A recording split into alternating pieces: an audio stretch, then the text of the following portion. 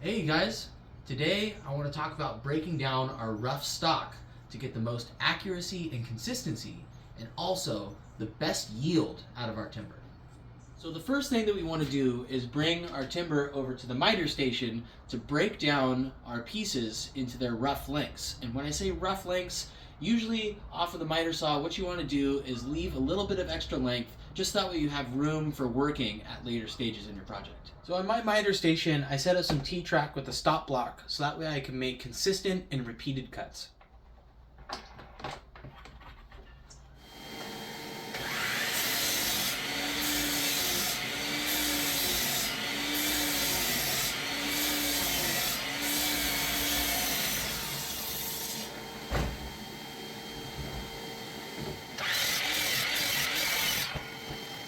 Now that we have all of our pieces broken down into our rough lengths, what we're going to do is go over to the joiner and we're going to joint one of the edge faces, so that way we'll have a smooth reference edge for running against our bandsaw fence.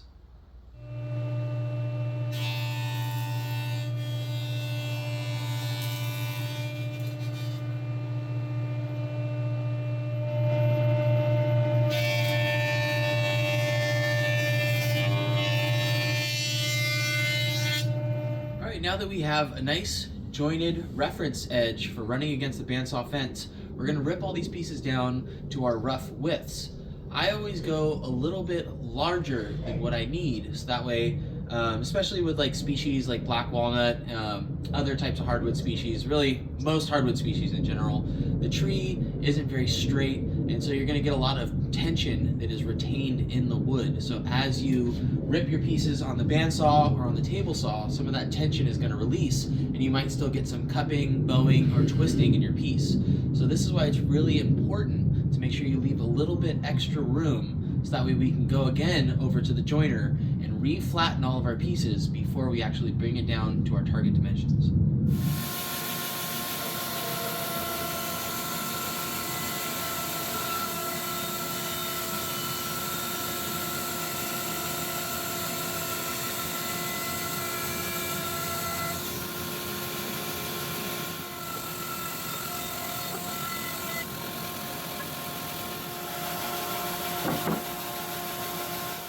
So now that we have our pieces ripped on the bandsaw, I wanted to show you how some of the tension can be released and why it's so important to leave yourself a little bit extra room in your material when you're ripping on the bandsaw.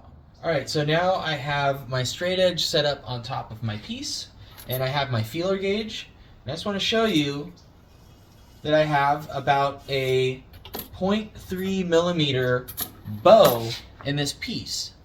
So I know that some of you are going to think that 0.3 of a millimeter really isn't a lot, but for some applications, being perfectly dead flat is extremely vital. So this is why I leave myself a little bit extra room, so now we can move back over to the joiner to complete the rest of our flattening and ninding all of our surfaces before we actually resaw our piece.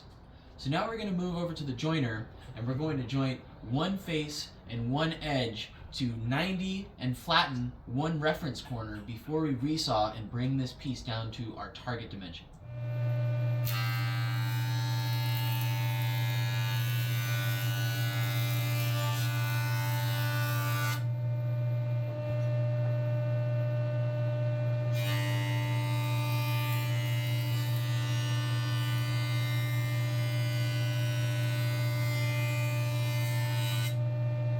So I'm just going to take my square and just check it at both ends and in the middle to make sure that I'm nice and consistent and square throughout the board.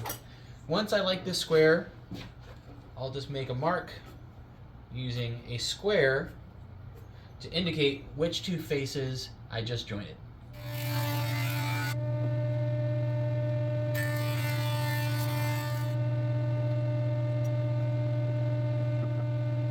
Alright, now that I have two faces jointed and 90'd, what I'm going to do is I'm going to run these pieces through the planer to parallel both the bottom edge and the top edge, bringing this board down to my target width.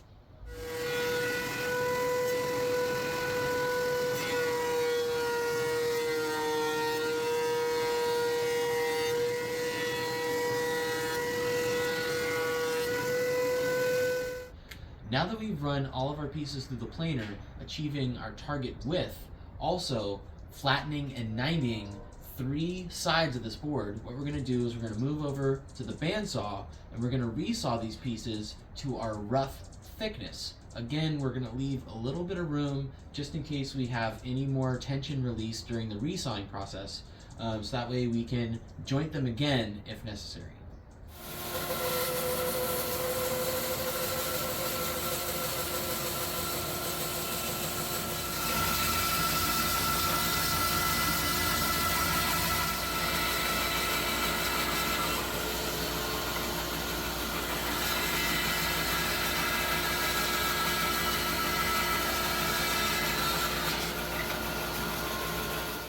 Now that I've resawed the piece, I wanted to show you guys that I still got a little bit of tension release even after joining and squaring all 3 sides of the board.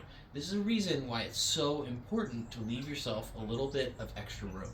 So with my straight edge on the piece, over here at about the center, I have roughly a 0.5 millimeter deflection or bow in my piece.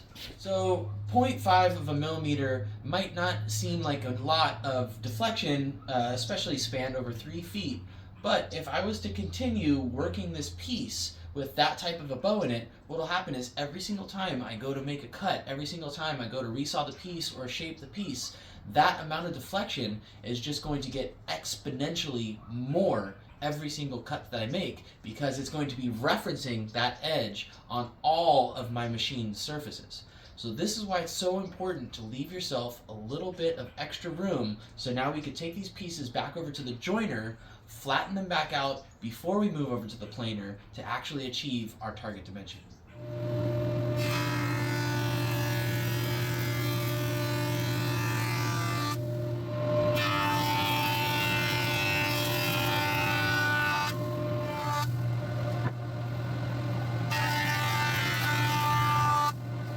Now that we have all of our pieces flattened, we're ready to run them through our planer and bring them down to our final dimension.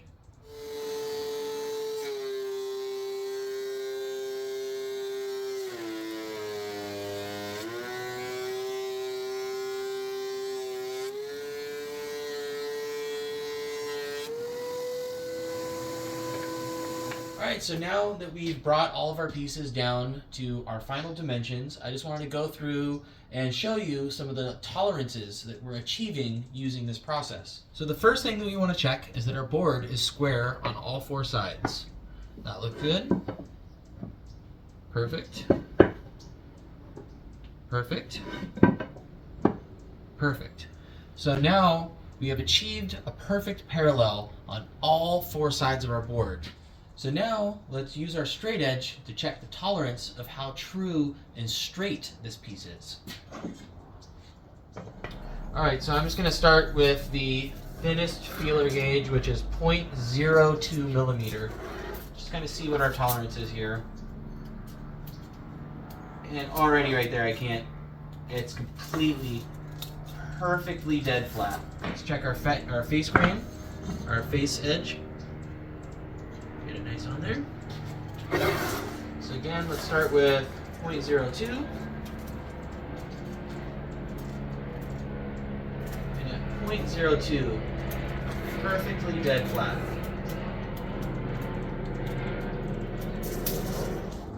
I know that this process might seem a little bit long-winded with many steps and going back and forth between the joiner and the bandsaw, but as you can see, taking your time to really work the wood is well worth the effort and the results.